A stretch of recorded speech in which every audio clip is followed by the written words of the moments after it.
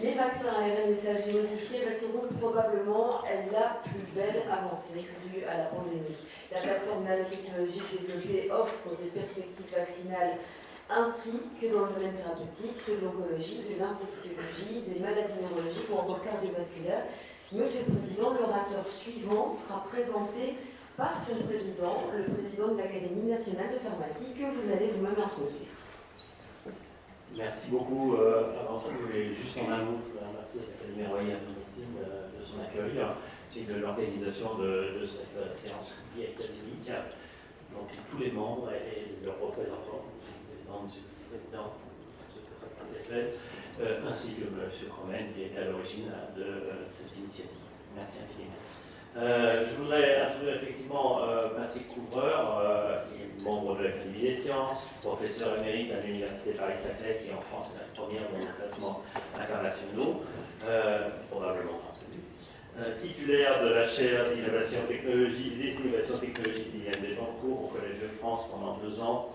Il est membre également de l'IUF, l'Institut universitaire de France. Les travaux de Patrick Couvreur portent sur la conception de nanomédicaments. Il est créateur de 3 startups, dont l'une est entrée en bourse. Il a obtenu de nombreuses distinctions scientifiques en France, pour en citer quelques-unes. Le prix Galien en 2009, la médaille de l'innovation du CNRS en 2012, le Grand Prix Achille Lebel en 2019. Et à l'étranger, bien entendu, il a été l'European Inventor Award, il a eu le prix Award de l'European Inventor en 2013, de l'Award Spicer en 2014, de l'ETH de Zurich, et au Japon également, mais je ne peux pas tout citer.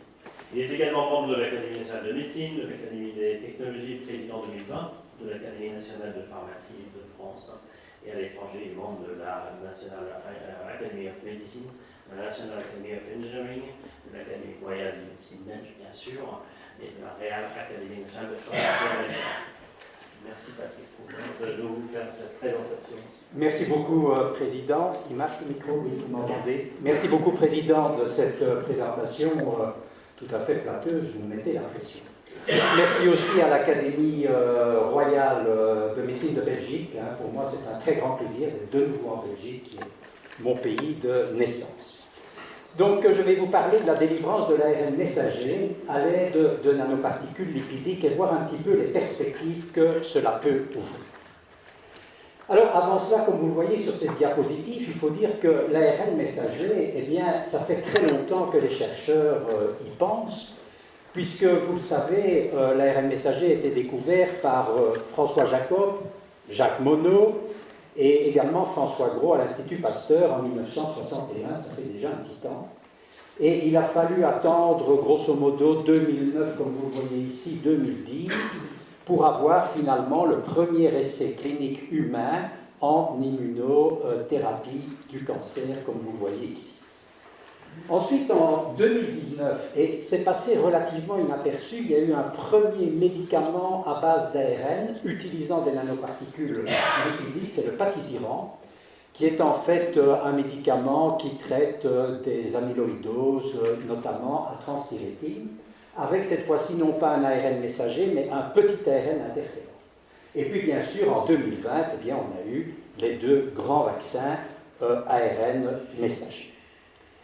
Alors, en fait, si on regarde cette diapositive, on voit bien qu'il y a des freins à l'application clinique. Et je dirais que ces freins sont de 2 ordres. D'une part, c'est la construction de l'ARN messager, qui est un élément évidemment extrêmement important. Et puis, c'est aussi, tout aussi important, la délivrance de cet ARN messager aux cellules qui sont immunocompétentes. Alors, je vais surtout vous parler de la délivrance, bien entendu, mais je voudrais quand même vous faire une diapositive sur la construction de l'ARN messager, parce que vous allez le voir, c'est extrêmement important, et cela relève en partie de la chimie. Alors, vous voyez que ici, si on prend la séquence de l'ARN messager de la protéine S, spike du virus, eh bien, on va la modifier un tout petit peu, déjà dans un premier temps, en remplaçant des uridines, comme vous le voyez là, par des pseudo-uridines. Donc, vous voyez, en bleu, vous avez la région codante, où on va donc, vous le voyez, chimiquement remplacer des uridines par des pseudo-uridines. Alors, on va aussi ajouter au niveau, vous le voyez, 5' et aux extrémités 5' et 3', des régions qui sont non traduites. Et ça, en fait, ça va favoriser la liaison à certaines protéines et ça va finalement fluidifier, je dirais, améliorer la traduction et en partie aussi stabiliser l'ARN messager. Alors, il y a un élément très important que vous voyez ici, c'est que l'on va rajouter ce que l'on appelle une coiffe. C'est une coiffe qu'on va mettre là aussi à l'extrémité 5'. C'est un nucléoside modifié, c'est en général une guanine qui est méthylée, auquel on va ajouter un groupement méthylé. Et ça va aussi favoriser la traduction, mais surtout éviter la réaction immunologique contre l'ARN messager. C'est évidemment quelque chose de très important. Et puis on va rajouter, vous le voyez en rouge, une queue de polyadénosine, qui va essentiellement, là aussi, stabiliser l'ARN messager, mais surtout empêcher la décoiffe, c'est-à-dire l'élimination du nucléotide modifié en 5'. Alors maintenant, on va passer au niveau de la délivrance qui est extrêmement importante parce que vous le voyez là, si on administre l'ARN messager tel quel, avec sa séquence, même avec des pseudo-uridines, eh bien ça ne va pas marcher, il ne sera pas efficace. Pour 3 raisons. La première, vous le voyez ici, c'est que même s'il a été modifié, cet ARN messager, il reste extrêmement instable et il va être très sensible en particulier aux RNases, aux nucléases extracellulaires. Deuxième raison, c'est que l'ARN messager, vous le voyez, est une molécule relativement importante en termes de poids moléculaire, qui est chargée négativement.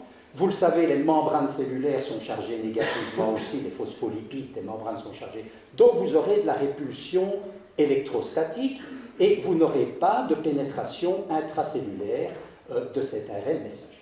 Alors même si cet ARN messager n'était pas dégradé, quelques molécules, et pouvait quand même partiellement pénétrer dans la cellule, eh bien le problème c'est que ça va se faire probablement par un mécanisme d'endocytose. Et vous voyez qu'en fait, l'ARN messager va se retrouver ségrégé, si je puis dire, enfermé dans des vacuoles d'endocytose qu'on appelle des endosomes et qui, tout petit à petit, et ça va être très important pour la suite de l'exposé, vont avoir un pH acide. Or, vous le savez, pour que cet ARN messager soit efficace, il doit évidemment être exporté au niveau du cytoplasme cellulaire pour être traduit sous forme de protéines vaccinales au niveau des ribosomes. Eh bien, ce ne sera pas possible, encore une fois, avec l'ARN messager nu, parce qu'il n'y aura pas d'échappement endosomal. Et c'est pour cela qu'en fait, on va devoir, vous le voyez, encapsuler cet ARN messager, d'une part, pour le stabiliser, vous le voyez ici, au niveau du site d'administration, mais aussi pour permettre sa pénétration intracellulaire. Alors vous allez le voir, la formulation de ces nanoparticules lipidiques est quand même assez complexe, il faut le dire. On va avoir en fait 4 types de lipides que vous voyez dans la partie supérieure gauche de la diapositive. Tout d'abord, et on va le voir, on va rentrer dans le détail, des lipides ionisables en vert qui à pH acide vont être chargés positivement, vont pouvoir interagir par liaison électrostatique avec l'ARN messager qui est chargé, lui, négativement. C'est ça qui va permettre de condenser l'ARN messager et de l'encapsuler correctement. Alors, on va aussi utiliser des phospholipides, comme la distéarylphosphatidylcholine en rouge, qui est un phospholipide qui va former en partie la membrane de la nanoparticule lipidique ou de la nanocapsule lipidique. On va aussi en bleu, vous le voyez, utiliser des lipides qui vont être couplés au polyéthylène glycol. On va le voir pour stabiliser le colloïde.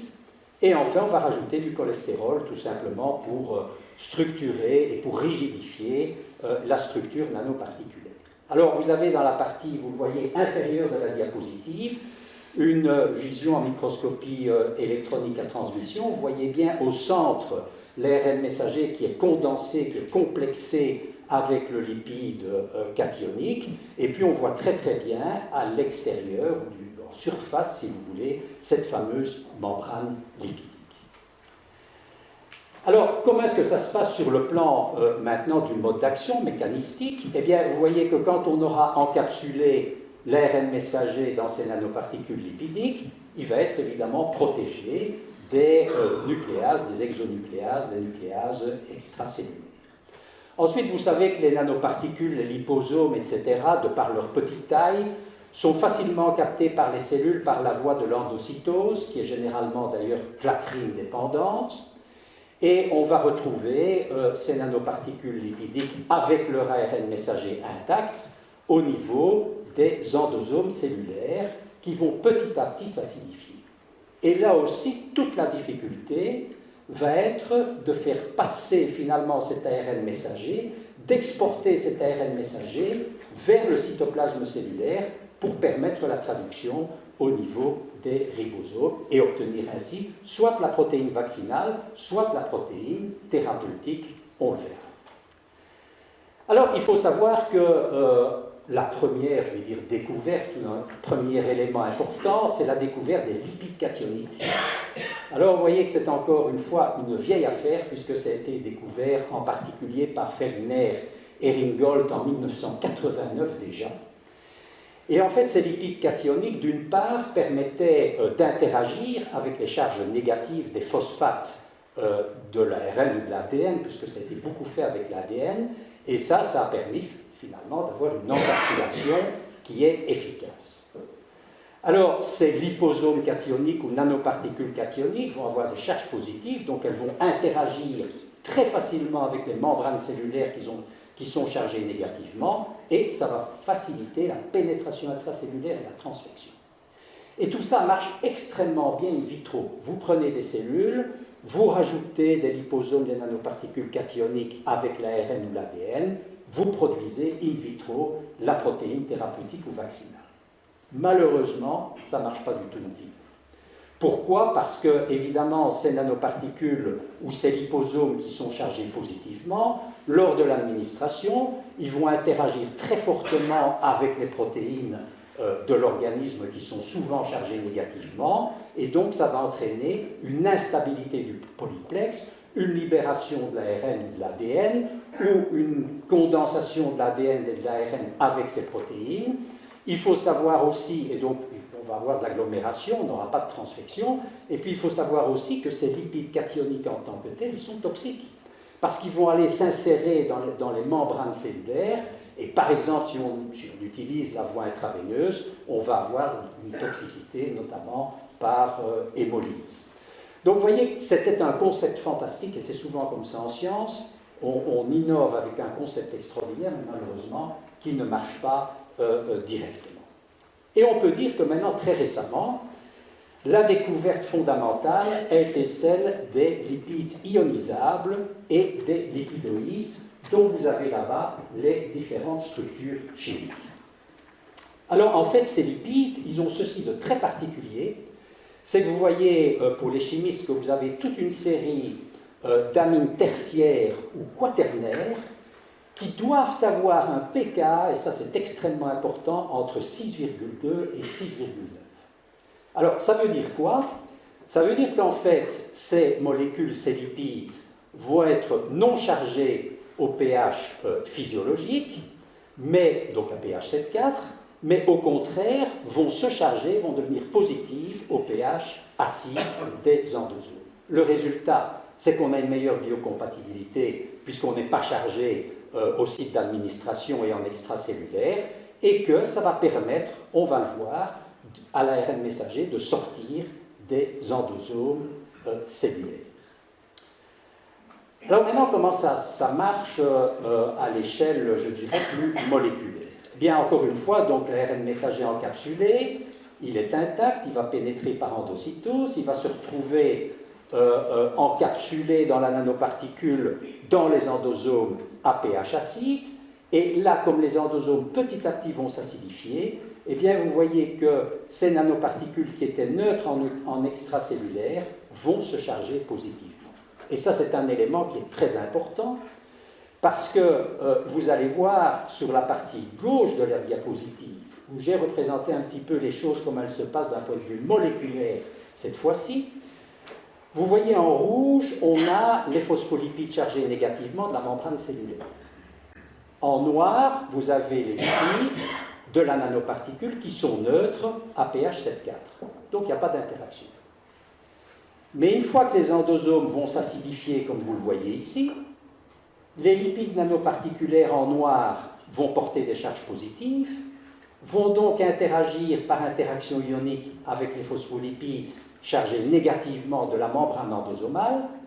Ça va former, comme vous le voyez ici, une déségrégation des lipides et la formation de sortes de pores qui vont permettre, vous le voyez ici, l'export de l'ARN messager de l'endosome vers le cytoplasme cellulaire pour produire la protéine vaccinale. Et ça a été probablement une découverte extrêmement importante qui a évidemment permis l'efficacité des 2 vaccins contre SARS-CoV. Alors, ce n'est pas tout. On va devoir utiliser aussi ce que l'on appelle des lipides helpers, des lipides qui vont aider encore à faire cet export. Alors, vous voyez ici sur le plan chimique, vous avez d'une part la distéarol phosphatidylcholine, qui est un phospholipide, avec des groupements phosphates qui peuvent, à certains pH, se charger négativement, et des amines qui vont pouvoir se charger éventuellement positivement à pH acide. Il y a aussi la DOP, vous voyez que c'est aussi un phospholipide qui est amphotère. Alors, en général, les structures qu'on va obtenir au niveau de la nanoparticule, comme vous le voyez ici, à pH neutre, c'est des structures lamellaires qu'on peut très bien voir, notamment en diffraction rayons X aux petits angles. Et vous voyez que quand on va passer à pH acide, eh bien en fait cette structure lamellaire de la nanoparticule va passer sous forme d'une structure hexagonale, c'est-à-dire que les lipides vont s'organiser un petit peu différemment parce qu'ils vont avoir une interaction forte avec les lipides chargés négativement de la membrane endosomale. Et ça va créer là aussi des défauts dans la membrane endosomale, et c'est ça qui va permettre l'export de l'ARN messager de l'intérieur de la nanoparticule, de l'intérieur des endosomes, vers le cytoplasme cellulaire. Et puis si on avait que ça, ça ne marcherait pas encore. Il y a un élément très important, vous voyez la complexité de la formulation de ces nanoparticules, c'est qu'il va falloir avoir ce que l'on appelle des lipides amphiphiles, avec, vous le voyez, une partie lipidique ici, et une partie très hydrophile, tout simplement en couplant à ces lipides, comme vous le voyez ici, des polyéthylène-glycols qui sont des molécules très hydrophiles et très flexibles. Alors pourquoi est-ce que c'est important?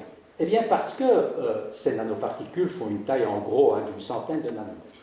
Alors vous imaginez, 1 gramme de nanoparticules développe à peu près la surface d'un terrain de football.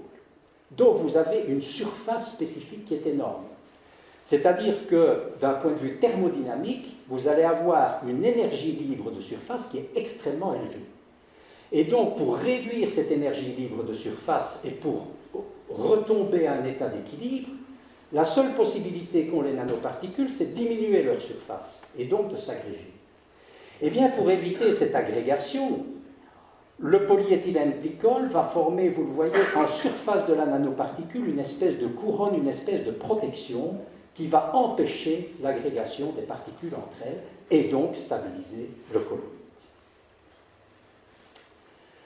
Alors maintenant, regardons un peu les structures chimiques des lipides utilisées par Moderna et BioNTech Pfizer. C'est extrêmement intéressant parce que si on regarde les lipides ionisables, pas cationiques, je préfère le terme ionisable, vous voyez qu'ils sont extrêmement proches. Et en particulier, il y a évidemment plusieurs chaînes d'acides gras, mais surtout, on y reviendra, vous avez des fonctions esters biodégradables, qui sont aussi extrêmement importantes.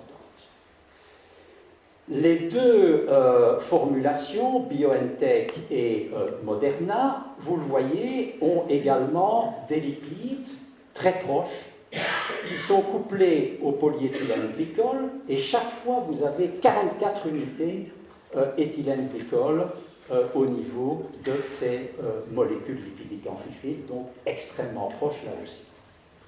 Les deux formulations utilisent comme lipide helper de la DSPC, distéarol phosphatidylcholine.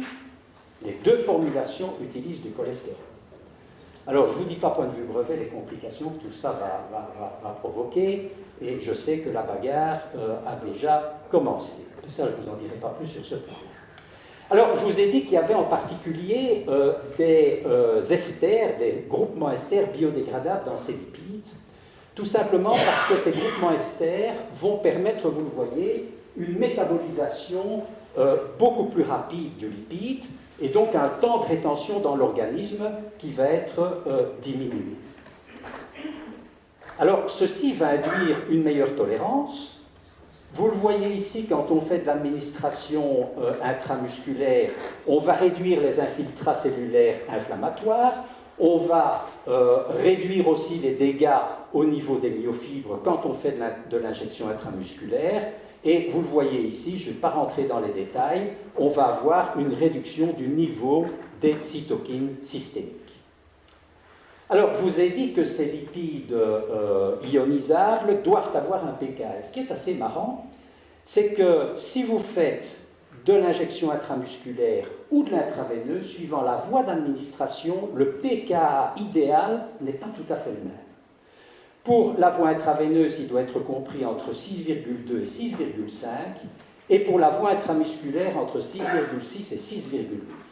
On ne sait pas très bien pourquoi, mais une hypothèse, c'est que les cellules qui sont touchées par les nanoparticules ont probablement des pH au niveau de leurs endosomes qui est un tout petit peu différent. Quoi qu'il en soit, ce qui est important de se rappeler, c'est que la réponse immune de ces vaccins est extrêmement robuste. Ils ne requièrent pas de forte réponse adjuvante, ça n'est pas nécessaire. Et ce qui est intéressant, c'est qu'une clearance rapide, une élimination donc rapide des lipides ionisables, ne réduit ni la production de protéines vaccinales, ni la réponse immunitaire. Alors maintenant, très rapidement, comment est-ce qu'on prépare ces vaccins nanoparticulaires? Eh bien, par une technique que l'on appelle la technique de microfluidique. Donc en gros, vous voyez ici, vous avez deux canaux. On va injecter au niveau d'un canal une solution organique avec tous les lipides dont je viens de vous parler, avec le mélange de tous ces lipides, et puis ici en rouge, une solution aqueuse avec l'ARN messager qui est évidemment hydrophile. Et l'avantage de la microfluidique, ça va se faire à pH acide, très important, pour ioniser les lipides, c'est qu'on va pouvoir maîtriser parfaitement la vitesse avec laquelle ces deux phases vont se mélanger. Dans un premier temps, les lipides cationiques vont donc condenser l'ARN messager, et au fur et à mesure qu'on va augmenter la polarité du solvant de la phase lipidique, on va former, vous le voyez, la nanoparticule qui va finalement avoir la taille désirée. Alors maintenant, on peut penser à l'avenir, parce que c'est vraiment une plateforme qui est absolument extraordinaire, qui a été découverte avec des approches pluridisciplinaires. Ça, je pense que c'est très important de le rappeler. Et on peut se dire, mais pourquoi ne pas développer des ARN médicaments? Alors, je peux vous dire qu'actuellement, il y a un nombre de publications à la fois en préclinique et en clinique qui est absolument faramineux, tout simplement parce qu'on peut penser à remplacer des protéines manquantes dans certaines pathologies ou des protéines tronquées qui ne font plus leur rôle physiologique en injectant ces nanoparticules d'ARN messager qui vont produire, par exemple, vous le voyez, la vasopressine dans le diabète insipide, l'érythropoïétine pour les anémies. On peut faire des ARN messagers qui vont produire une protéine du surfactant pulmonaire, vous le savez, dans certaines maladies pulmonaires congénitales. Il y a aussi des ARN qui produisent des facteurs de croissance pour, par exemple, le traitement de l'infarctus du myocarde, des protéines pro-apoptotiques pour le traitement immunothérapique de certains cancers comme le mélanome, voire le facteur 9 de l'hémophilie. Ça permettrait de faire de l'administration intramusculaire et plus intraveineuse, ce qui serait quand même un gros avantage compétitif. Il y a aussi un très grand nombre d'essais cliniques, et il est clair que l'industrie pharmaceutique va ouvrir et ouvre maintenant déjà ses portes à l'ARN messager. Alors, je voudrais conclure, parce que le temps est compté, en vous disant qu'il est évident que les nanoformulations de l'ARN, que ce soit des petits ARN interférents, que ce soit l'ARN messager, ouvrent des perspectives qui sont évidentes en matière de vaccins, pour d'autres vaccins, on en a parlé tout à l'heure, mais aussi en matière de médicaments.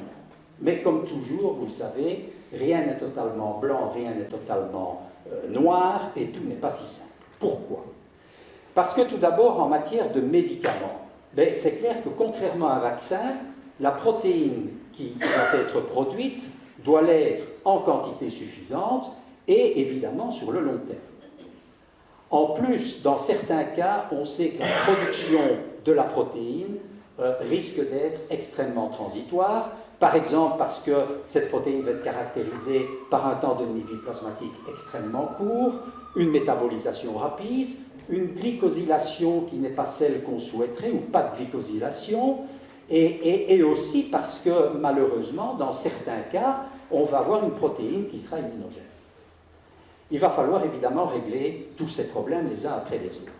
Alors, si on pense maintenant aux vaccins, aux autres vaccins que celle du SARS-CoV-2, eh bien, il faut évidemment que la protéine cible qu'on va vouloir produire ait évidemment, elle aussi, une immunogénicité suffisante, ce qui ne sera peut-être pas le cas. Et certains disent, bon, je ne sais pas si c'est vrai, mais certains disent qu'on a eu peut-être de la chance avec le SARS-CoV-2 et que la protéine Spike est peut-être une exception tellement elle est immunogène. Et puis, bien sûr, la protéine cible, en fonction, par exemple, des maladies virales, peut muter trop vite, encore qu'on puisse modifier l'ARN messager. Et enfin, de last but not the least, il faut certainement maintenant que les galénistes développent aussi des nanovecteurs qui soient capables de cibler les bonnes cellules pour délivrer l'ARN messager et produire la protéine d'intérêt au niveau des cellules qui nécessitent cette production. J'ajouterai aussi que le vaccin ARN messager, vous le savez, est un vaccin qui protège, bien entendu, et réduit considérablement le nombre de cas graves, mais n'empêche pas la contamination. Et il y a probablement dans le domaine des nanotechnologies des moyens de provoquer aussi une production d'IgA et donc de réduire la contamination de certaines maladies virales. Et je vous remercie pour votre attention.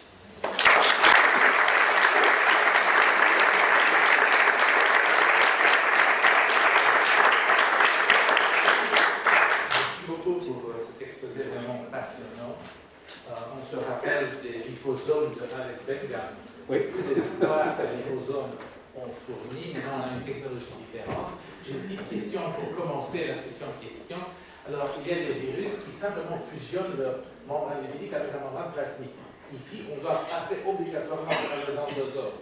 Pourquoi? Alors, on doit passer par les endosomes simplement parce qu'on a besoin de ce pH acide pour faire l'export. Mais il faut savoir qu'on peut aussi développer certains nanovecteurs qui vont, notamment des liposomes, certains liposomes très particuliers, en particulier avec de la dope, qui vont aussi fusionner avec la membrane cellulaire. Donc ça va dépendre de la manière dont le vaccin rentre dans la cellule pour pouvoir développer précisément la particule qui va être la plus efficace en termes de délivrance de l'ARN messager. Merci. Merci beaucoup. Je dois reconnaître que la complexité des lipides m'avait un peu échappé. Mais BioNTech a publié un article montrant qu'il y a moyen d'induire une tolérance avec l'ARN messager. Et il mentionnait le fait que c'est en modifiant leurs particules ou les lipides eux-mêmes. Est-ce que vous avez une idée de comment induire une tolérance avec l'ARN messager et dans quelles conditions ça peut être in vivo? Alors ça, j'avoue que je n'ai pas d'informations là-dessus. Oui, j'ai entendu parler de cette publication, mais elle est assez isolée. Hein. Elle est assez isolée. Alors, bon, il faut voir. Oui, mais c'était assez convaincant, je dois dire, comme résultat. Bon, en effet isolé. Oui. Mais donc là, il mentionne que c'est vraiment le packaging de l'ARN messager qui joue un rôle. Donc... Certainement que le packaging de l'ARN messager est très important, c'est clair. Et ça dépend effectivement de la nature des lipides. Maintenant, il faut voir... bon, je n'ai pas vu d'autres publications à ce sujet. Michel Goldman, d'abord. Oui, merci beaucoup, vraiment, Patrick, parce que c'était un très bel exposé qui a bien mis en lumière une clé essentielle du succès des vaccins ARN dont on ne parle pas suffisamment. Ma question va poser sur les lipides ionisables, parce que tu laisses entendre qu'effectivement leur potentiel inflammatoire est relativement limité. Bon, il y a quand même un article auquel d'ailleurs Mme Carico a participé, qui montre qu'ils sont quand même une des clés de ce qu'on va évoquer après, qui est l'effet adjuvant, qui est indispensable. On sait d'ailleurs que ces vaccins donnent quand même des réactions inflammatoires locales. On sait apparemment que l'interleukine 6 est un facteur important et que ces nanoparticules, et en particulier les lipides ionisables, jouent un rôle là-dedans. Donc je voudrais t'entendre un peu sur ce potentiel, disons, des C'est une question compliquée. Bon, je peux me tromper, mais moi, personnellement, je ne pense pas que ce soit tellement les lipides qui soient responsables de la réaction inflammatoire. Qui est un effet adjuvant, c'est évident, parce que c'est essentiellement la pénétration intracellulaire de quantités relativement importantes d'ARN messager. Mais que ce soit les lipides qui produisent des réactions inflammatoires, moi, je ne le crois pas, parce que c'est la raison pour laquelle on a mis ces séquences, ces groupements esters à l'intérieur des lipides pour qu'ils soient dégradés relativement rapidement. Et quand on voit par exemple le dossier du patisiran, qui utilise finalement pratiquement le même mélange de lipides, ben, on ne voit pas de réaction inflammatoire en tant que telle. Alors, bon, ce n'est pas la même voie d'administration non plus, hein, je reconnais, donc c'est difficile de répondre à cette question. Moi, je pense que ça vient plutôt de l'ARN messager. Merci. Jean-Michel Coffman. Merci. Il y a certaines cellules qui ont des pH nettement plus acides que d'autres. Je pense aux cellules précancéreuses, voire cancéreuses. Y aurait-il là une explication de certaines efficacités différentes chez les patients cancéreux ou non cancéreux? Est-ce qu'on a comparé l'efficacité à ce niveau-là? Certainement. Alors ça, c'est tout le jeu, toute l'importance du chimiste. Hein. Donc vous avez compris que quand même la chimie est quand même extrêmement importante dans cette affaire-là. Et donc là, il faudra développer, en fonction précisément du pH des endosomes de tel ou tel type de cancer, effectivement, on a des variations qui peuvent être plus ou moins importantes. Il va falloir développer des lipides avec des amines tertiaires ou quaternaires qui vont induire, je dirais, des ionisations au pH voulu. C'est clair. Donc là, il va falloir adapter probablement en fonction des pathologies envisagées. C'est pour ça que le design de la particule, pour l'avenir, va être extrêmement important, je pense. D'autant plus, je termine ça, d'autant plus qu'on pense, c'est très difficile à faire, mais on pense que dans le vaccin SARS-CoV-2, ce ne sont que quelques molécules d'ARN messager qui sont exportées vers le cytoplasme cellulaire. Ce n'est pas 100% du contenu de la nanoparticule. Mais ça suffit pour déclencher une réaction inflammatoire parce que la protéine spike, il n'en faut pas beaucoup pour que la réaction va. Alors, en termes de médicaments, ça va être beaucoup plus compliqué parce qu'il va falloir développer des vecteurs qui sont beaucoup plus efficaces en termes de transfert de quantité plus importante de l'ARN messager des endosomes vers le cytoplasme cellulaire. Donc, vous voyez qu'il y a encore beaucoup à faire dans ce domaine-là. J'avais aussi une question. Merci beaucoup pour votre exposé formidable. J'avais une question qui rejoignait un petit peu celle de Jean-Michel Coffman, qui est relative au pH finalement. Donc le pH est formidablement conservé chez les autres multicellulaires et les mécanismes qui maintiennent ce pH sont extraordinaires. Quand des maladies surviennent, quelles qu'elles soient, c'est souvent vers une acidose qu'on va, que ce soit les obèses, les diabétiques, etc. Donc ma question était au fond de savoir si déjà maintenant, par rapport à ces vaccins, on a une idée si leur efficacité est potentiellement dépendante de certaines maladies qui déterminent davantage l'acidose ou moins l'acidose. C'est une très très bonne question, et en particulier dans le domaine du cancer, on sait qu'au niveau de la matrice extracellulaire, on a un pH, avant même de rentrer dans les cellules, on a un pH acide. Et d'ailleurs, on a développé pas mal de nanoparticules ou de liposomes qui sont dits pH sensibles pour libérer précisément l'anticancéreux. C'est pas l'anticancéreux au niveau des tumeurs, mais évidemment, avec l'ARN messager, ce serait relativement embêtant, parce qu'on va libérer l'ARN messager à l'extérieur de la cellule, et là, il est cuit, il ne pourra plus rentrer comme je veux. Donc, c'est une question effectivement très importante. C'est pour ça qu'il y a encore pas mal d'obstacles. Hein. Certains disent, bon, on a une technologie qui va être applicable à tout. Non, ça va être plus compliqué. Je suis tout à fait d'accord avec vous. On a une question de Nathalie Berras. Je voudrais amener une partie de réponse à la question de Michel. Il y a deux papiers récents qui montrent en fait qu'on a utilisé des nanoparticules seules, donc l'ionisage d'un côté et du mRNA dans des structures, qui montrent que des particules vides ont la capacité d'induire une réponse immune plus importante et d'avoir un effet adjuvant. Et de fait, il faut qu'il y ait une inflammation qui se fasse quelque part pour que la réponse immune puisse être déclarée. Ah oui, je ne connais pas ce papier. Hein. Vous pouvez me l'envoyer? D'accord, merci. Il y a encore une question.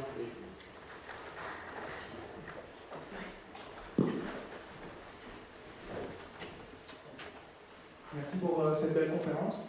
J'avais une question. Quelle est l'évolution de temps de vie de production de la protéine? Donc il y a le mRNA qui est dans la cellule. Et est-ce que ça va être indéfini ou il y a une limite dans le temps de la production qui est liée à l'efficacité dans le temps du vaccin? Il y a une limite dans le temps, évidemment, parce que l'ARN messager est dégradé très vite.